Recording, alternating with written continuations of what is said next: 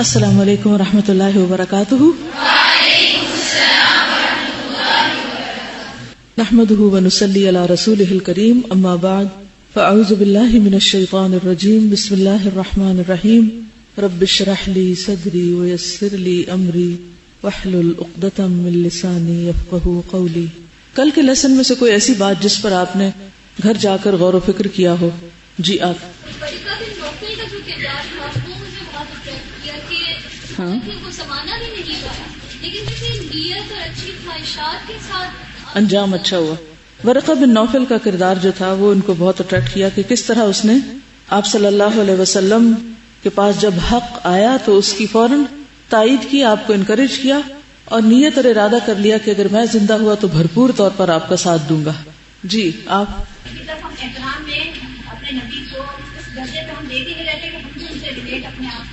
اسوہ حسنہ کے طور پر آپ کو لینے کا جو مختلف چیزوں میں اپنے آپ کو ریلیٹ کرنا ہے. اوکے جی. وحی کی جو کیفیت کل آپ نے پڑھی اور صحابہ کرام کا جو طرز عمل تھا اور نبی صلی اللہ علیہ وسلم پر اس کی کیفیت کس طرح ہوتی تھی اور فرشتے جو تھے ان پر کیا کیفیات گزری، جنات پہ کیا کیفیات گزری. یعنی ایک وحی کی آمد سے تمام مخلوق ایک طرح سے متاثر ہوتی ہے. آپ صلی اللہ علیہ وسلم جو عبادت کرتے تھے، اس عبادت کا نام جو تھا وہ تحنث تھا. تا حا نون ثا، تحنث.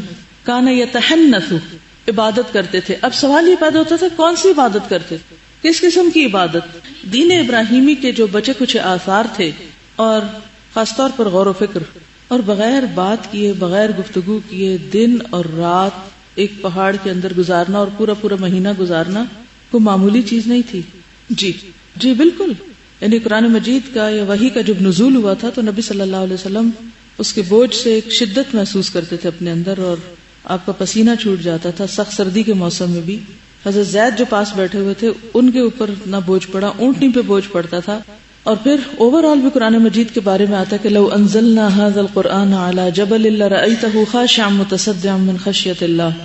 تو کیا عام انسان جیسے ہم پڑھتے ہیں قرآن مجید تو ہم بھی اس میں سے کسی کیفیت کے قریب ہو سکتے ہیں؟ بالکل ایگزیکٹلی وہ کیفیت تو نہیں ہو سکتی کیونکہ وہ تو براہ راست جبریل آپ کے پاس آ رہے تھے اور آپ کے اوپر وحی نازل ہو رہی تھی. لیکن وحی نازل ہونے کے بعد قرآن کی شکل میں جو چیز ہمیں ملی اس کو پڑھنے پر جو واقعی حقیقی معنی میں اسے ایکسپٹ کرتا ہے اور اس کے دل پر اترتا ہے تو وہ بھی اسی طرح اندر سے ٹوٹ پھوٹ جاتا ہے انسان اور اس کا بوجھ محسوس کرتا ہے. آپ دیکھیے کتنے احکامات جب آ جاتے ہیں اور نفس ان کو پوری طرح نہیں مان رہا ہوتا تو کیا ایک بوجھ محسوس نہیں ہوتا نا. یعنی وحی کی کیفیات کو اگر انسان غور سے پڑھے اور سمجھے تو نبی صلی اللہ علیہ وسلم سے محبت میں ایک دم اضافہ بھی ہوتا ہے کہ آپ نے ہم تک یہ کتاب اور اللہ کا کلام پہنچانے کے لیے کتنی تکلیف اٹھائی اور کتنی شدت سے آپ گزرے. اس میں ایک خاص بات ہے کہ جب پہلی وحی آئی اور اس کے بعد وحی رک گئی تو آپ کی ابتدائی کیفیت میں تو خوف تھا، ایک گھبراہٹ تھی، پریشانی تھی. پھر اس کے بعد آپ کے اوپر ایسی کیفیات آئیں کہ آپ کا جی چاہتا تھا کہ آپ کسی پہاڑ پہ چڑھ کے اپنے آپ کو لڑکا دیں، ختم کر دیں. آپ کو اس کا اتنا شدید بوجھ محسوس ہوتا. پھر آہستہ آہستہ وہ کیفیت دور ہو گئی. پھر اس کے بعد وہ کیفیت بدلی کہ آپ کو وحی کا انتظار ہونے لگا اور آپ کو شوق ہونے لگا کہ آپ پھر جبریل سے ملاقات کریں اور پھر کوئی کلام سنیں. تو اس سے کیا بات پتہ چلتی ہے؟ اس عرصے میں جو آپ کی مختلف کیفیات ہوئی ہیں پہلی اور دوسری وحی کے درمیانی عرصے میں، ان میں سیکھنے کی کیا بات ہے؟ جی. قرآن کو جب شروع کیا جاتا ہے تو اکثر لوگوں کے دل میں مجھے بھی ایسا فیل ہوتا ہے کہ پتہ نہیں میں یہ کرتا ہوں کہ نہیں کرتا ہوں، بہت بوجھ. جیسے جیسے وہ دل پر اثر کرتا ہے نا پھر شوق بڑھتا جاتا ہے. جی ہاں، پہلا انٹریکشن جو ہوتا ہے قرآن مجید کے ساتھ، اس کے بعد کی کیفیات کچھ اور ہوتی ہیں. انسان ڈاواں ڈول بھی ہوتا ہے کہ پتہ نہیں میں اس کو سیکھ پاؤں یا نہیں، یا مجھے سمجھ آئے بھی یا نہیں، یا میں اس کا حق ادا کر سکوں یا نہیں. پھر آہستہ آہستہ انسان جب اس کو سمجھ آنے لگتی ہے پھر ہر روز ایک ایکسائٹمنٹ اور بڑھتی ہے، پھر ایک شوق بڑھتا ہے کہ اب آئندہ کیا آنے والا ہے. یعنی پورا اس میں جو میسج ملتا ہے نا وہ مکسڈ ایموشنز کا ہے. کبھی بھی جب آپ کے اوپر ایسی کیفیت آئے کہ آپ اللہ کے دین کے کسی کام کے کرنے میں، مثلا پڑھنے میں یا پڑھانے میں، ابھی تو پڑھنے کا مرحلہ نا، تو جب پڑھانے کا آتا تو اس سے بھی بڑھ کے ایک، کیونکہ نبی صلی اللہ علیہ وسلم پر جو نبوت اور پھر رسالت کی ذمہ داری ڈالی گئی، یعنی پیغام آگے پہنچانے کی، تو اس میں ان ساری کیفیات کا ہونا بالکل نیچرل ہے. اور جب کوئی دوسرا شخص بھی آپ کے پاس آ کر کہے نا کہ مجھے ڈر لگ رہا ہے، میں پڑھا نہیں سکتا. مجھے اچھی طرح یاد ہے اپنی ایک شاگرد کے بارے میں، ویری انٹیلیجنٹ، بہت اچھی اسپیچ کرنے والی، بہت کچھ کرنے والی، لیکن جب میں اسے کہتی تھی کہ اب یہ سبجیکٹ شروع کرو تو کہتی میں کر ہی نہیں سکتی. اتنا جھگڑا ہوتا تھا کہ نہیں کرنا ہے اس کو، تو کہتی میں کر ہی نہیں سکتی. ما انا بقارئ، ما انا بقارئ، ما انا بقارئ. یہ بالکل نیچرل ہے.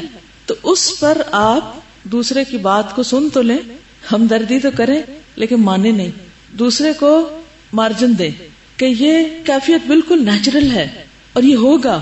لیکن کچھ عرصے کے بعد پھر وہ کیفیت آپ کی ہٹنے لگتی ہے، آپ نارمل ہونے لگتے ہیں، پھر اس کے بعد آپ کو مزہ آنے لگتا ہے، پھر شوق بڑھنے لگتا ہے، پھر آپ دوسری طرف یعنی اپنے کام میں بھرپور قسم کی دلچسپی لینے لگتا ہے، حتیٰ کہ ہر طرح کی مخالفت برداشت کرنے کا بھی مادہ آ جاتا ہے آپ کے اندر. تو یہ بالکل انسانی جذبات ہیں، انسانی کیفیات ہیں. نبی صلی اللہ علیہ وسلم جو اکیلے ایک مہینہ غار حرا میں رہتے تھے، وہ ایک دفعہ فرشتے کو دیکھ کر جو گھبرا اٹھے، بالکل ایک فطری سی چیز تھی، اس سے آپ کی شان میں کمی نہیں ہوتی. اور کبھی بھی دین کے کام میں اگر پہلے مرحلے پر کوئی طالب علم نہ کرے، یا آپ خود رکیں یا جھجکیں یا ڈریں یا پیچھے ہٹنے لگے، تو فوراً کیا کریں؟ ٹھہر جائیں، صبر کریں، انتظار کریں، دعا مانگیں، اور پھر آپ دیکھیں گے کہ پہلی کیفیت ختم ہوگی اور انشاءاللہ دوسری شروع ہوگی.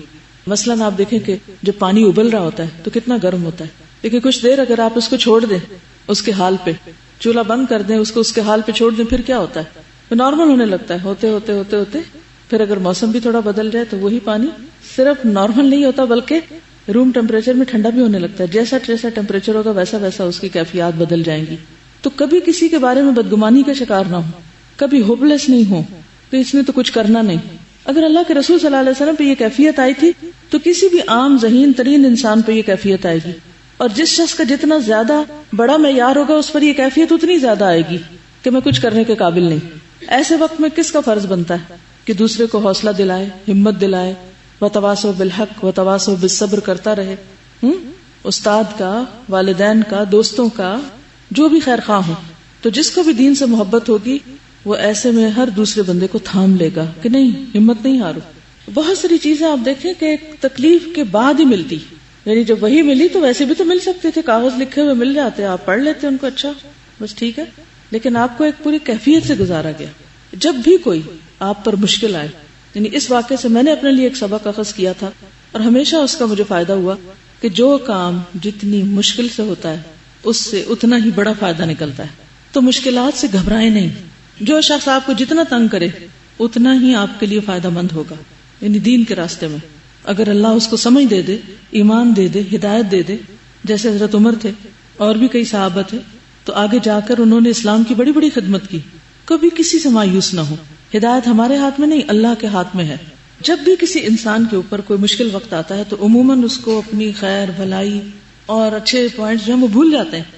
لیکن کس طرح حضرت خدیجہ رضی اللہ تعالیٰ عنہا نے اس وقت آپ صلی اللہ علیہ وسلم کو ایسا لگتا ہے کہ جیسے انہوں نے گن کے رکھی ہوئی تھی خوبیاں، فوراً ایک جملے میں بتا دی. ہمیں تو کسی کے بارے میں بتانا ہو یا یہ کہ کسی کی شخصیت کو ڈسکرائب کرنا ہو تو وقت لگے کہ اچھا ذرا سوچے تو صحیح، اور شاید کوئی نظر آئے تو اس کے اوپر کلاؤڈ آ جائے اس کی کسی خامی کا، تو منہ کھلے ہی نہ بتانے کے لیے. تو کتنے کانفیڈنس کے ساتھ کہتی ہیں کلا واللہ لا یخزیک اللہ ابدا انک لتصل الرحم. اور پھر آگے جو بھی ان کی باقی صفات تھی، یہ ہو ہی نہیں سکتا، اللہ آپ کو رسوا نہیں کرے گا. تو اسی طرح اگر کسی شخص سے کوئی غلطی ہو جاتی ہے اور ہمیں بتاتا ہے اور وہ اس وقت نیچے کو لڑک رہا ہے کہ نہیں میں تو اب یہ کر ہی نہیں سکتا اور مجھ میں تو یہ ہمت ہی نہیں، اور سارا اس کا کانفیڈینس ختم ہو جائے، تو اس وقت اس کو کہے نہیں، آپ نے اتنے اور اتنے اور اتنے اچھے کام کیے ہوئے ہیں، یہ ہو نہیں سکتا کہ اللہ تعالیٰ آپ کو ایسے پھینک دے. اللہ آپ سے ضرور اپنے دین کی خدمت لے گا. تو مثبت سوچ جو ہے اور دوسرے کی مدد کرنا اور دوسرے کو خیر کی طرف بڑھانا اور اس کی طرف سے آنے والے منفی رویے کو برداشت کرنا، صبر کرنا، یہ انتہائی ضروری ہے. دین کے کام میں جو افراد تیار ہوتے ہیں وہ اسی طریقے پر ہوتے ہیں، ورنہ اگر ہم دوسروں کی چھوٹی چھوٹی خامیاں چننے کے لیے بیٹھ جائیں تو ہر ایک کو اپنے سے کاٹ کے رکھ دیں گے، پھر کام کون کرے گا. ایک اور چیز جو سیکھنے کی ہے اس میں، جو فترۃ الوحی کا پیریڈ ہے، کہ نبی صلی اللہ علیہ وسلم کو کس طرح شوق تھا کہ جبریل آئے اور مزید وحی نازل ہو. کیا اگر کسی وجہ سے، کسی سبب سے ہم سے کبھی قرآن کا کوئی کام چھوٹ جائے مثلا خواتین ہیں، پڑھتے پڑھتے پریگنینسی آ گئی، طبیعت خراب ہو گئی، چھٹی کرنی پڑ گئی، ہسبینڈ کی ٹرانسفر ہو گئی، کسی اور شہر میں چلے گئے، بیچ میں گیپ آ گیا، کوئی اور رکاوٹ آ گئی، کام روک دیا گیا، اس دوران ہماری کیا کیفیت ہوتی ہے کہ چلو شکر ہے آرام ملا، یہ روز روز کی کھپ ختم ہوئی، یا یہ کہ ہم اس انتظار میں رہتے ہیں اور ہمارے اندر بھی یہ تڑپ باقی رہتی ہے کہ پھر وہ کون سا وقت آئے گا کہ میں دوبارہ یہ کام کر سکوں. جتنا ہمارے اندر کا شوق ہوگا اسی کے مطابق اللہ تعالی ہم سے وہ کام کروا لے گا. جی ہاں، جب ایسا پیریڈز کا گیپ آتا ہے تو خواتین نماز روزہ وغیرہ سے دور ہوتی ہیں، تو اس میں بھی انسان کو یہ نہیں کہنا چاہیے کہ چلو ٹھیک ہے موج ہو گئی اور دوبارہ پہلے سے بھی نیچے چلا جائے، بلکہ اس عرصے میں شوق رہے کہ اچھا کب وقت آئے میں دوبارہ نماز پڑھوں. یہ نہیں کہ اوہو پھر میں پاک ہو گئی اور اب نماز شروع ہو گئی. اللہ کی عبادت اور اللہ کے ذکر اور اللہ کے دین کے کام کے لیے انسان کو ایک شوق کا اظہار کرنا چاہیے اور اس کا انتظار ہونا چاہیے اور اس کے لیے دعا کرنی چاہیے، اس کے لیے ایک تڑپ ہونی چاہیے. اور ایک اور بات یہ کہ دین کا کام سیکھنے، پڑھنے، سکھانے، ان سب چیزوں کے لیے یکسوئی چاہیے ہوتی ہے، اور اس یکسوئی کے ساتھ انسان جو غور و فکر کر سکتا ہے اور معاملات کی تہ تک پہنچ سکتا ہے. تو جو غار حرا کا دور تھا اس میں آپ صلی اللہ علیہ وسلم کو ان تمام تجربات سے آئندہ کے لیے تیار کیا جا رہا تھا. انا سنلقی علیک قولا ثقیلا. چلیے آگے چلتے ہیں. الحمد للہ وکفی وسلام علی عبادہ الذین اصطفی. صفحہ نمبر 52. تبلیغ کا آغاز. ان آیات کے اترنے کے بعد یعنی سورۃ المدثر کی آیات، نبی صلی اللہ علیہ وسلم دعوت و تبلیغ کے کام میں لگ گئے. چونکہ آپ کی قوم اکھڑ اور بت پرست تھی، باپ دادا سے جو کچھ ہوتا آیا تھا اسی کو حق سمجھتی تھی. کیسی قوم تھی؟ اکھڑ، بت پرست، باپ دادا کی پیروکار. اس میں اکڑ اور تکبر بھی بہت تھا. نیز وہ اپنے معاملات کے فیصلے تلوار سے کیا کرتی تھی. اس لیے اللہ تعالیٰ نے آپ صلی اللہ علیہ وسلم کے لیے یہ راستہ چنا کہ تبلیغ کا کام خاموشی اور رازداری سے کریں. اس کو انڈر لائن کر لیجئے. تبلیغ کا کام خاموشی اور رازداری سے کریں اور صرف اسی کو مخاطب کریں جو بھلا، حق پسند اور قابل اطمینان ہو، اور ان میں بھی سب سے پہلے اپنے گھر، کنبے، قبیلے اور دوست احباب کو دعوت دیں.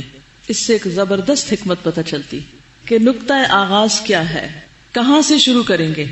قریب ترین سے، جن پر آپ کو اعتماد ہے، جو آپ کی بات سنیں اور خاموشی اور رازداری کے ساتھ. اس کے 2 فائدے ہیں. ایک تو یہ کہ انسان کے قریبی لوگ جب کسی مشن میں اس کا ساتھ دیتے ہیں تو اس کے لیے ایک بہت بڑی سپورٹ ہوتی، اس کو حوصلہ ہوتا ہے. موسیٰ علیہ السلام نے دعا مانگی تھی کہ وَاجْعَلْ لِي وَزِيرًا مِّنْ أَهْلِي هَارُونَ أَخِي، کہ اللہ میرے گھر والوں میں سے میرا ایک مددگار بنا دے، میرے بھائی ہارون کو. تو انسان کے لیے ایک تسلی کی بات ہوتی. دوسرا یہ کہ جب بھی انسان کوئی نیا کام شروع کرتا ہے تو اس کے سارے پہلوؤں سے واقف نہیں ہوتا پوری طرح کہ اس میں کیا کیا مشکلات ہیں. ایک دم انسان اگر بڑا سٹیپ لیتا ہے تو وہ اس کو بعض اوقات پورا نہیں کر پاتا، اس بوجھ کو اٹھا نہیں سکتا. جب آپ تھوڑے سے آغاز کرتے ہیں، منیمم سے آغاز کرتے ہیں، تو اس کا فائدہ کیا ہوتا ہے کہ ساتھ ساتھ آپ کی طاقت بھی بڑھتی جاتی. جو کام بڑھتا ہے آپ کی ہمت میں بھی اضافہ ہوتا ہے، طاقت میں بھی، اور پھر جب آپ کو بڑا کام کرتے ہیں تو اس کا کرنا آپ کے لیے مشکل نہیں رہتا. لیکن اگر آپ اپنی ہمت سے بڑھ کر اپنے اوپر بوجھ ڈال لیتے ہیں تو جلد ہی تھک کے بیٹھ جاتے ہیں. اور خاموشی اور رازداری، کیونکہ انسان کو اپنے ماحول کے، اپنے گھر کے، اپنے خاندان کے، اپنے معاشرے کے، اپنے سوسائٹی، اپنے ارد گرد کے جس خاص قسم کے ماحول میں وہ رہتا ہے ان سب کی ضرورت کو مد نظر رکھ کر کام شروع کرنا چاہیے. بعض لوگ ایسے کاموں میں ہوتے ہیں جو نہایت سینسیٹیو نیچر کے ہوتے ہیں، وہاں پر دین کی تبلیغ آسان کام نہیں ہوتی، اور اوپنلی تبلیغ کرنے کا مطلب ہے وہاں اپنے آپ کو مشکل میں ڈالنا. تو اس لیے ہر اعتبار سے یہ اسٹریٹجی بہت فائدہ مند تھی کہ آپ نمبر 1 رازداری سے کام لیں، نمبر 2 قابل اعتماد لوگوں تک بات لے جائیں، اور اپنے گھر والوں سے آغاز کریں. ہمارے لیے کیا سبق؟ مثلاً ایک لڑکی کی شادی ہوتی ہے، نیا خاندان ہے، نہ وہ ان کو جانتی ہے نہ وہ اس کو جانتا ہے، طور طریقے، کلچر، ہر چیز فرق ہے، اور وہ وہاں جاتے ہی درس کی مجلس سجا لیتی اور ہر طرف فلائر بانٹ دیتی. گھر والوں کو سمجھا ہی نہیں، ابھی رشتہ داروں کو جانا ہی نہیں. وہ لائے ہیں ایک بہو اور وہ اپنے آپ کو پیش کر رہی ہے ایک مبلغہ کے طور پر. اور پھر تعلقات کا، ریلیشن شپ کا آغاز کہاں سے ہوتا ہے؟ کانفلکٹ، لڑائی جھگڑا، کانفلکٹ آف انٹرسٹ، ایک دوسرے کی مخالفت. جب آپ کے اپنے قریب ترین لوگوں کے ساتھ تعلقات بگڑتے ہیں تو آپ دوسروں کے لیے اچھی اگزامپل بنتے ہیں؟ نہیں. دوسرے آپ کے دین کو ملامت کرتے ہیں. جب کوئی بھی انسان حکمت کے بغیر صرف ڈنکے کی چوٹ پہ الل اعلان بس جوش میں آ کر دین کا کام کرنا چاہتا ہے تو بعض اوقات سنوارنے کی بجائے بگاڑتا زیادہ ہے. تو اپنی نیچر کو سمجھیں، اپنے آس پاس کو سمجھیں اور یہ دیکھیں کہ آپ کتنا بوجھ اٹھانے کے قابل ہیں. 1000 میل کا سفر بھی ایک قدم اٹھانے سے شروع ہوتا ہے. پہلے قدم. اس میں اگر آپ ایک بچے کے چلنے کو اپنے ذہن میں رکھیں کہ بچہ چلنا کیسے سیکھتا ہے، سب سے پہلے وہ کیا کرتا ہے؟ اٹھ کے کھڑا ہونا چاہتا ہے، لیکن اس کی ٹانگوں میں بھی جان نہیں. وہ کھڑا ہوتا ہے کسی بھی چیز کو پکڑ کے، سہارا چاہیے. اب سارے اس پروسیس کو غور سے دیکھیے کہ بچہ کیسے چل رہا ہے. کھڑا ہوتا ہے، پھر گر جاتا ہے، پھر پکڑتا ہے، پھر کھڑا ہوتا ہے. کئی دفعہ گرنے کے بعد وہ کھڑا ہوتا ہے، پھر اس کے چارپائی یا کسی بھی چیز کو پکڑ کر قدم چلتا ہے، پھر کسی چیز کے ساتھ اٹک جاتا ہے، پھر گر جاتا ہے، پھر کرتا ہے. پھر اگر آپ نے کسی بچے کو بغیر سہارے کے پہلی دفعہ چلتا دیکھا ہو، یاد ہو اگر آپ کو کہ کس طرح وہ ایک آدھ قدم اٹھاتا ہے اور ماں کے گلے لگتا ہے کہ میں نے یہ مرحلہ سر کر لیا ہے، اور وہ بھی اس کو گلے لگا کر خوب پیار کرتی ہے اور خوب تھپکیاں دیتی کہ تم نے تو دنیا کا سب سے بڑا کام کیا ہے. شاید پہلی دفعہ یہی کر رہا ہے اور تو کبھی کسی نے کیا نہیں. پھر اس کے بعد وہ چلتا ہے، پھر گرتا ہے، پھر گیلے سے پھسلتا ہے، پھر کسی چیز سے اٹکتا ہے، پھر کہیں چوٹیں کھاتا ہے، پھر کسی دروازے سے لگتا ہے، پھر کتنے مرحلے آتے ہیں. پھر اس کے بعد آہستہ آہستہ چلتا ہے، پھر آہستہ آہستہ بھاگنا شروع کرتا ہے، اور پھر ایک دن آ کر ریسز میں حصہ لیتا ہے اور ورلڈ ریکارڈ قائم کرتا ہے. لیکن یہ پہلے دن ورلڈ ریکارڈ قائم نہیں کیا اس نے. وہ دن یاد کریں جب اس نے یہ سفر شروع کیا تھا، جب اس نے چلنا شروع کیا تھا. دین کے کام میں، تبلیغ میں بھی آپ کو بیبی سٹیپس لینے ہوں گے. کسی بھی نئے ماحول میں بیبی سٹیپس لینے ہوں گے. قابل اعتماد قریبی رشتہ داروں اور دوستوں سے شروع کرنا ہوگا جو آپ کے لیے مددگار بنے، آپ کے لیے سپورٹ بنے.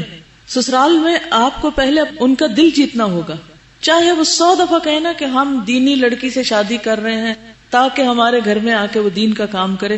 جو ہی آپ وہاں پہنچیں گے سب سے بڑی مشکل وہیں شروع ہوگی. وہ دین کو ایک طرف رکھ دیں گے، پہلے وہ اپنے ذاتی انٹرسٹ کو دیکھیں گے کہ انہیں کھانا وقت میں مل رہا ہے یا نہیں، گھر صاف ہے یا نہیں، شام کی چائے بھی تیار ملتی ہے یا نہیں، اور یہ ہمارے میں کتنا انٹرسٹ لیتی ہے. اس وقت آپ کو اپنا انٹرسٹ بھول کر اپنی ذات کو پیچھے کر کے دوسروں کے لیے جینا ہوگا، دوسروں کی خدمت کرنی. جب وہ آپ کی بات سنیں گے اور پھر آہستہ آہستہ آہستہ آہستہ چلتے چلتے ایک دن وہ آپ کو مددگار بن جائیں گے، پھر وہ آپ کا اشتہار بن جائیں گے، اور پھر جو کام چھوٹے سے شروع ہوگا کرتے کرتے کرتے وہ صرف سامنے نہیں، وہ پیچھے بھی، وہ چاروں طرف پھیلتا ہی چلا جائے گا. تو اس لیے اس معاملے میں صبر، حکمت اور انتظار کی ضرورت ہے. جلد بازی سے بچیے. اس کے بعد ہے پہلے ایمان لانے والے. سب سے پہلے کون ایمان لائے؟ اس پروگرام کے مطابق نبی صلی اللہ علیہ وسلم نے دعوت و تبلیغ شروع کی تو کئی خوش قسمت لوگوں نے اسے لپک کر قبول کیا اور آپ پر ایمان لے آئے. ان میں سب سے پہلا نام حضرت خدیجہ رضی اللہ تعالی عنہا کا ہے. مردوں عورتوں سب میں سے پہلے ایک عورت ہی ایمان لائی. وہ آپ کی بیوی ہونے کی وجہ سے آپ کے بلند اخلاق اور اعلیٰ کردار کو سب سے اچھی طرح جانتی تھی. تو آپ کو بھی دین کی بات کرنے سے پہلے دوسروں کے سامنے اپنا بلند اخلاق، مصنوعی اخلاق نہیں، جینوئن، اوریجنل، اصلی، خالص، بلند اخلاق اور اعلیٰ کردار. دیکھیے جب آپ دھوکہ دے رہے ہوتے ہیں نا کسی کو، اور اوپر سے بن کے اور جھوٹی تعریفیں اور خوشامدیں کر رہے ہوتے ہیں، تو دوسروں کو اچھی طرح پتہ چل جاتا ہے. دوسرے بھی اتنے بے وقوف نہیں ہوتے، کیونکہ وہ آپ کے قول اور فعل کے تضاد کو دیکھ رہے ہوتے ہیں کہ آپ کہہ کیا رہے ہیں، اور جب آپ سے کوئی چھوٹا سا بھی کام کہا گیا تو آپ نے کیا کیا. آپ کی باتیں تو آسمان پہ جا رہی ہیں اور آپ کا عمل جو ہے وہ اسفل سافلین پہ. تو یہ تضاد جو ہے، یہ کنٹراڈکشن جو ہے، یہ دین کے راستے میں سب سے بڑی رکاوٹ بنتی. جو آپ کہتے ہیں وہ کر کے دکھائیں. حضرت خدیجہ کیوں متاثر تھی آپ سے؟ کیونکہ وہ آپ کے بلند اخلاق کو جانتی تھی. پہلی گواہی جو انہوں نے آپ کے لیے دی وہ آپ کے اخلاق کی تو تھی. انہیں یہ بھی پتا تھا کہ ایک آخری نبی کی آمد ابھی باقی ہے. وہ آپ کے تعلق سے کچھ معجزانہ حالات اور واقعات بھی سن چکی تھی، اور آپ صلی اللہ علیہ وسلم میں نبوت اور رسالت کی جھلک بھی دیکھ چکی تھی. ان سب پر مستضاد یہ کہ ورقہ جیسے صاحب علم اور بصیرت نے بتایا تھا کہ ہرا میں جو فرشتہ آپ کے پاس آیا تھا وہ جبریل علیہ السلام تھے. اور جو کچھ لائے تھے وہ وحی الہی تھی. اور سب سے آخری بات یہ کہ سورت مدثر کی ابتدائی آیات جب اتر رہی تھی تو حضرت خدیجہ رضی اللہ تعالی عنہا بنفس نفیس وہاں موجود تھی. تو سب سے پہلے وحی کا مشاہدہ کرنے والی خود حضرت خدیجہ تھی. اس لیے یہ بالکل فطری بات تھی کہ وہ سب سے پہلے ایمان لاتی، کیونکہ وہ آپ کو انسائڈ آؤٹ جانتی تھی، اچھی طرح پہچانتی تھی. چونکہ وہ سب سے پہلے اسلام لائیں، اس لیے انہی کو سب سے پہلے جنت کی خوشخبری ملی. جو جس کام میں جتنا آگے بڑھ جاتا ہے اتنا ہی اس کا اجر پہلے ثابت ہو جاتا ہے. اور وہ خوشخبری کیا تھی؟ ایک مرتبہ حضرت جبریل علیہ السلام آئے حضور صلی اللہ علیہ وسلم کے پاس، فرمایا کہ یا رسول اللہ، یہ خدیجہ آ رہی ہیں، ان کے پاس ایک برتن ہے جس میں سالن، کھانا یا پانی ہے، نہیں کچھ کھانے کی چیز لا رہی ہیں. جب وہ آپ کے پاس پہنچ جائیں تو ان کو ان کے رب کی طرف سے اور میری طرف سے سلام کہیں. ان کو جنت میں موتیوں سے بنے محل کی خوشخبری دیں. ایک اور روایت میں آتا ہے اکیلے کھوکھلے موتی سے، یعنی ون پیس. ایک تو ہوتا ہے نا جوڑ لگا لگا کے گھر بنانا، ایک ہے ایک ہی پیس کا موتی ہے، اتنا بڑا موتی ہے اور اس میں ان کا گھر ہوگا، اسی کے اندر وہ کاوڈ ہوگا یا بنا ہوا ہوگا، جس میں نہ لڑائی جھگڑا ہے، نہ کوئی مشقت اور نہ تھکاوٹ. جب آپ بڑے سے بڑا گھر بنا بھی لیتے ہیں دنیا میں، خوبصورت سے خوبصورت، اور اس کو اچھی طرح سجا بھی لیتے ہیں، تو لڑائی جھگڑے آپ نہیں روک سکتے، چاہے بچوں میں ہو، چاہے ہسبینڈ وائف کا ہو، چاہے سسرالی رشتہ داروں کے ساتھ ہو یا ہمسایوں کے ساتھ یا کسی کے ساتھ، وہ آپ کے بس کی بات نہیں. انسان آپ کے ہاتھ میں نہیں ہوتے. اگر آپ سے نہ بھی لڑنے، آپ خود نہیں لڑنے والے، تو آپس میں جو لڑتے ہیں اس سے بھی طبیعت میں ملال آتا ہے. اور دوسری چیز، نہ کوئی تھکاوٹ. جتنا بڑا گھر اتنا زیادہ کام. آج آپ گھر میں جا کر دیکھیں ایک ایک چیز کو، جتنی زیادہ چیزیں نا آپ کے پاس، اتنا ہی آپ کا صفائی کا ٹائم بہت بڑا ہوگا، کیونکہ ہر چیز صفائی مانگتی. ہر چیز، سارے برتن، ساری کتابیں، الماریاں، فلورز، ڈسٹ بن، ایک ایک چیز. میں نے جب اس نظر سے اپنے گھر کو دیکھنا شروع کیا تو میں حیران ہو گئی کہ ہر چیز کو صفائی چاہیے، ہر چیز کو. تو میں نے کہا کہ اس وقت کو کم کرنے کا طریقہ کیا ہے کہ کچھ چیزوں کو جو زیادہ ضرورت کی نہیں ان کو اور کم کر دیا جائے. اور اب بھی میں ہر روز دیکھتی ہوں کہ میں کون سی چیز کم کر سکتی ہوں، کون سی چیز نکال سکتی ہوں کہ جس کے بغیر میرا گزارا ہو سکتا ہے. کیونکہ جتنا زیادہ سامان اتنی زیادہ صفائی. اور پھر بعض اوقات فرنیچر بنا ہوا ایسے ہوتا ہے کارونگ، اس کے ایک ایک بل خم سے آپ ڈسٹ نکالو. وقت کس کا لگ رہا ہے؟ اتنے میں آپ 2 نفل پڑھ لیں جتنے میں ایک میز صاف ہو. لیکن ہم دنیا کی محبت میں ایسی ایسی چیزیں خرید کر اپنے اوپر بوجھ لاد لیتے ہیں کہ جن کی خدمت اور چاکری کرتے ہوئے ہماری زندگی بیت جاتی. تو بہرحال اللہ تعالیٰ نے حضرت خدیجہ کو دنیا میں ہی جنت کی بشارت دی اور موتیوں کے محل کی. اور حضرت خدیجہ نے اپنی ذات، اپنے علم، اپنے مال، اپنی محبت، تعاون، ہر طریقے سے اس مشن میں آپ کا ہاتھ بٹایا اور اپنا حصہ ڈالا. ایک ایک چیز کے ساتھ پوری طرح وہ آپ کی مددگار بن گئی. وہ کہتے ہیں کہ کسی بھی بڑے آدمی کے پیچھے ایک بڑی عورت ہوتی ہے، تو حضرت خدیجہ نے وہ کردار بھی ادا کیا. اس کے بعد ادھر ان آیات کے اترتے ہی نبی صلی اللہ علیہ وسلم اپنے جگری دوست ابو بکر رضی اللہ تعالیٰ عنہ کے پاس گئے. نبی صلی اللہ علیہ وسلم کے دور جاہلیت میں کچھ اچھے اچھے دوست بھی تھے. ان میں سے ایک حکیم بن حزام ہے، ایک ابو بکر ہے، ایک ضماد ہے، ضاد میم الف دال. اور اس کے علاوہ بھی یہ بہت اچھی نیچر کے لوگ تھے، بہت سوبر، کیونکہ انسان اپنے دوستوں سے پہچانا جاتا ہے. تو بہرحال حضرت ابو بکر صدیق ان سب میں زیادہ آپ کے قریب تھے. ہوتا ہے نا دوستوں کے بھی درجے ہوتے ہیں، اور ان میں سے کوئی بس دوست ہوتے ہیں لیکن کوئی بہت خاص دوست ہوتے ہیں. تو یہاں ان کو کہا وہ جگری دوست تھے. یہ جو جگری کا لفظ ہے نا، اس کو تھوڑا سا سمجھ لیجئے. بعض کے خیال میں انسانی جسم کے اندر 3 مقامات بڑے اہم ہیں.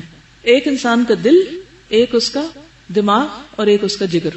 صحت کے اعتبار سے بھی اگر ان میں سے کسی چیز کو کوئی نقصان پہنچے تو انسان پھر کام کے قابل نہیں رہتا، زندگی بھی باقی نہیں رہتی بعض اوقات. تو وہ کہتے ہیں کہ دماغ سوچ کا مجموعہ ہے، دل جذبات کا ہے اور جگر میں نفس ہے. اللہ عالم کہا جاتا ہے. تو جگری دوست کا مطلب کیا ہے کہ وہ چیزیں جو انسان کے نفس کو بھاتی. تو دوست جو ہوتے ہیں ان کے لیے انسان کا دل دماغ سے زیادہ ان کا نفس اس میں کار فرما ہوتا ہے. یہ ایک جنرل بات کر رہی ہوں، اس سے تعلق نہیں کہ حضور صلی اللہ علیہ وسلم اور حضرت ابو بکر کا جو خاص تعلق تھا اس کو جگری دوست سے کیوں تعبیر کیا گیا. اور انہیں اپنی نبوت اور رسالت سے آگاہ کرتے ہوئے ایمان لانے کی دعوت دی. اب یہ بھی بالکل فطری سی بات ہے نا کہ جب آپ کو کوئی خوشی ملتی جب کوئی اہم خبر پتہ چلتی، کوئی چیز جو آپ کو حیران کرتی، کوئی چیز جو ان یوزول ہوتی، آپ سب سے پہلے اپنے گھر والوں کو بتاتے ہیں جو قریب ہوتے ہیں، پھر اس کے بعد دوستوں سے شیئر کرتے ہیں۔ بعض اوقات اگر گھر والے آپ کی باتوں میں کوئی انٹرسٹ نہیں لیتے تو پھر کیا کرتے ہیں؟ گھر والوں کو بتاتے ہی نہیں ہیں، کیونکہ آپ کو پتا ہے انہیں سمجھ نہیں آئے گی کہ آپ کیا سوچ رہے ہیں، تو آپ سب سے پہلے دوستوں کو ہی بتاتے ہیں، اور اس میں بھی کوئی حرج نہیں، اور انہیں اپنی نبوت اور رسالت سے آگاہ کرتے ہوئے ایمان لانے کی دعوت دی۔ یہاں ایک اور بڑا اہم نقطہ ہے، بعض اوقات لوگوں کو دیکھا گیا کہ وہ خود قرآن پڑھتے ہیں لیکن دوستوں کو نہیں بتاتے کچھ بھی، ان سے چھپا کے رکھتے ہیں۔ کس ڈر سے؟ ان کے چھٹ جانے کے خوف سے۔ انہیں پتا ہے کہ ہمارے دوستوں کا انٹرسٹ کچھ اور ہے، ہمارا بھی پہلے وہی تھا۔